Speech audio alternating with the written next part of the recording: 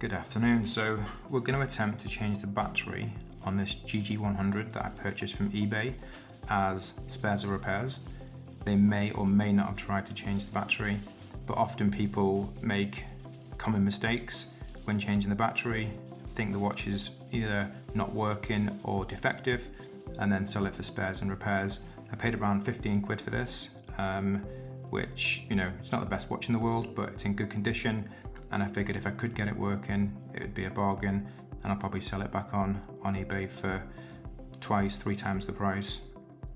So I've already removed the straps.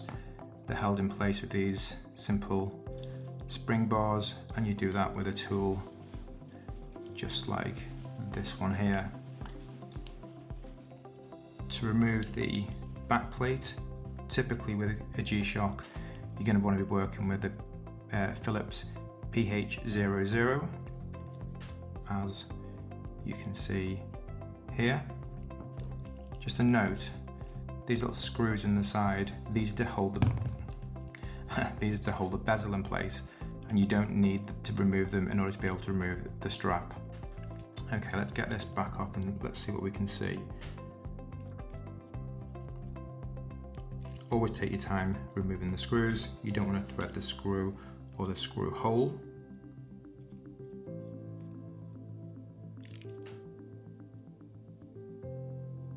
Keep all your screws together.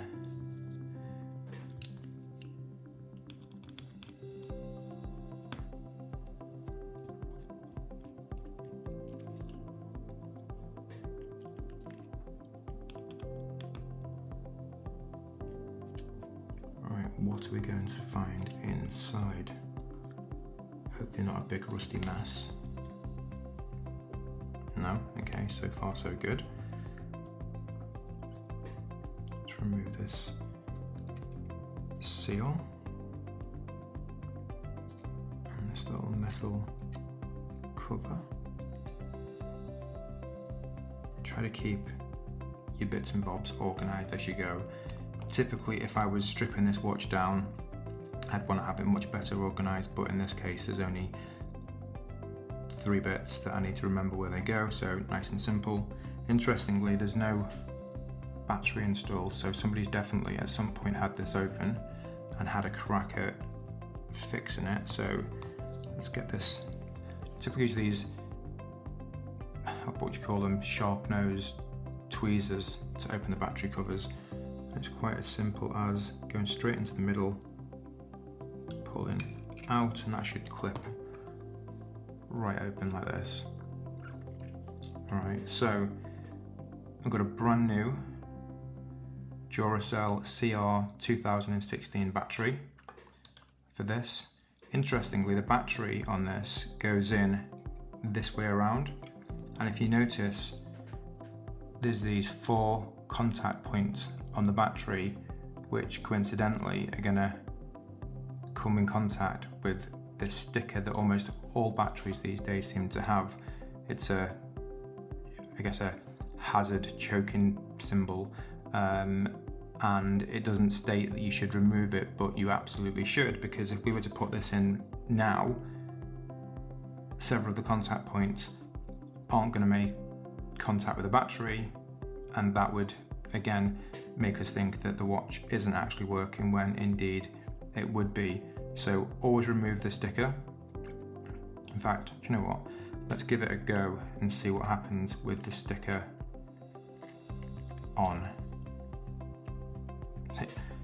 All 4 of those contact points are making contact with the sticker, but like I say, the sticker doesn't say that we should remove it before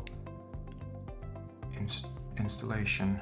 There's our little O-ring just fell out.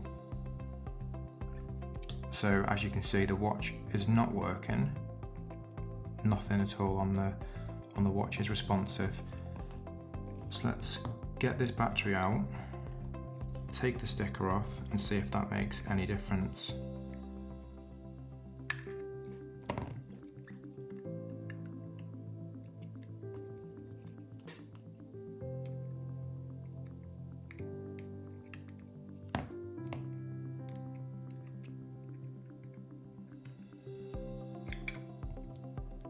nice. Just sticker just literally peels straight off. And we'll pop it back in.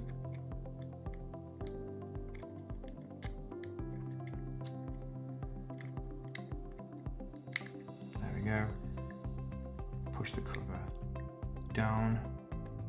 Now the question is, do we have a working watch? We do. So straight away, everything there is working. You won't hear the beep. Typically these watches, either one of these contact points will come in contact with the speaker on the back, or there's a little spring that will make contact, and often they're lost when people do battery changes. So when people put the watch back together, they will lose any beep due to losing the spring.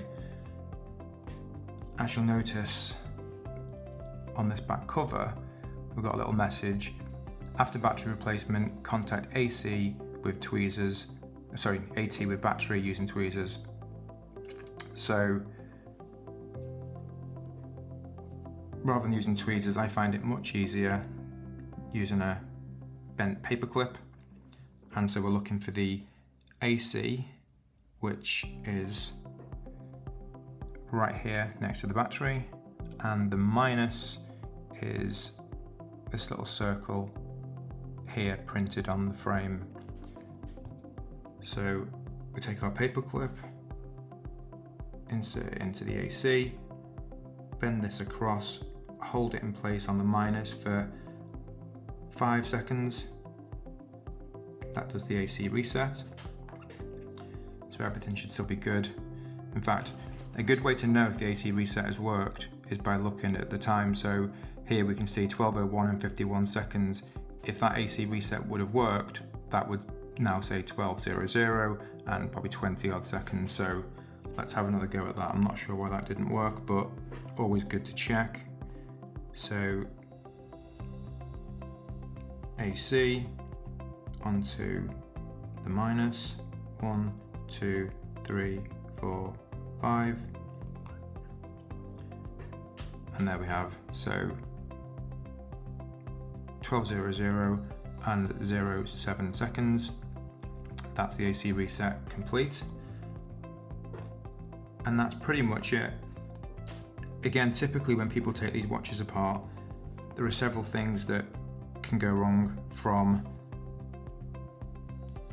missing out things like the O-ring, the speaker spring. Whenever you take the watch apart, it's always good practice to have something like this at hand, which is simply a lubrication for the gasket. This one is particularly good because rather than pouring oil all over the place, these come pre-soaked. So to close it up, give it a quick turn, which will grease the gasket but not over grease it. There's also, again for good practice, there's also a little bit of gunk around the edges here. So typically I'd take a alcohol wipe or a microfiber cloth and just give this a good wipe just to remove any dirt and grime that's built up in there. And just make sure that the O-ring sits perfectly in place.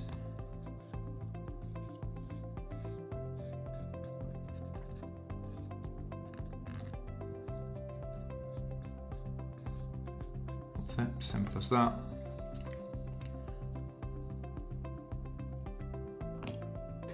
Take our O-ring. These can sometimes be a little bit tricky to position, and the position matters. I can actually see a tiny little kink here in the O-ring where somebody must have at some point put this back on and not had the O-ring positioned correctly.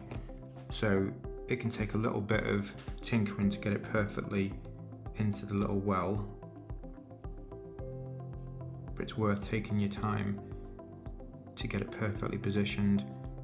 Otherwise, what people find is that the next time they have a shower or jump in the pool, the watch steams up because water has entered into the case. So we've got these two bits next. Again, always make sure that everything lines up. So in this instance, we can see these cutouts need to line up with something, and you can just tell by playing about, moving it around, that that's meant to go on there like that. And then this rubber seal, same again, everything lines up with various different connectors. If we were to cover these up, then certain operations when we put this back cover on, such as the beep, aren't going to work. So always make sure you've got it on the right way around. So this is our top. So another thing to watch out for actually is when you're placing this down, place it down over the screw holes. Don't start pushing back and forth trying to find the position, because what you'll do is inadvertently move this seal, and again it will either get pinched or you're going to lose the water resistance. So always just place it down where you need it to be. He says placing it incorrectly. If you need to lift it back up, but always just check that the O-ring is still in place. So that's it. We can do a quick check to make sure that everything, including the beep, is working. There we have it. So the beep is working, everything is good. So now we just want to put the back on. The only thing to watch out for when you're putting the back on, again, it's easy to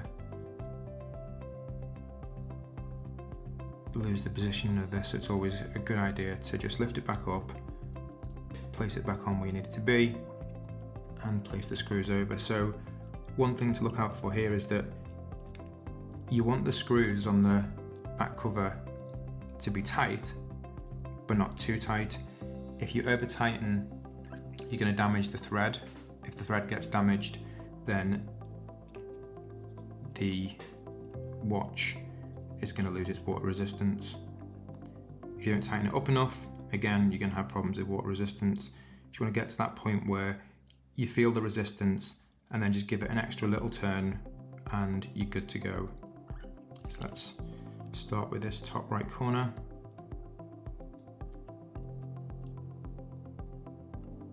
Always make sure you're screwing directly down.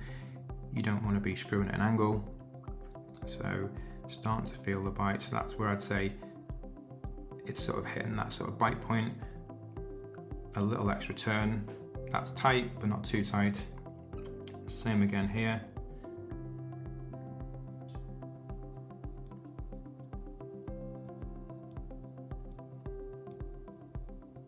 So it's reaching the point.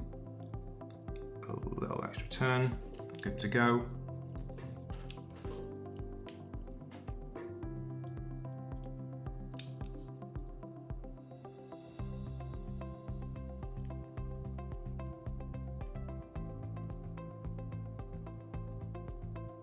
That's our point there. Extra little turn.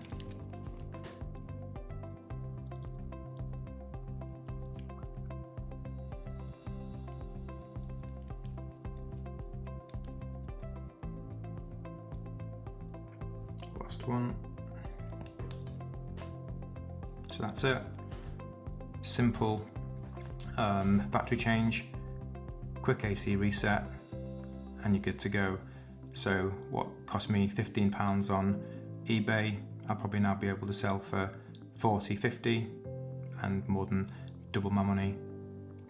Bargain. So I'll get the straps back on, get it cleaned up, and it's good to go to a new home.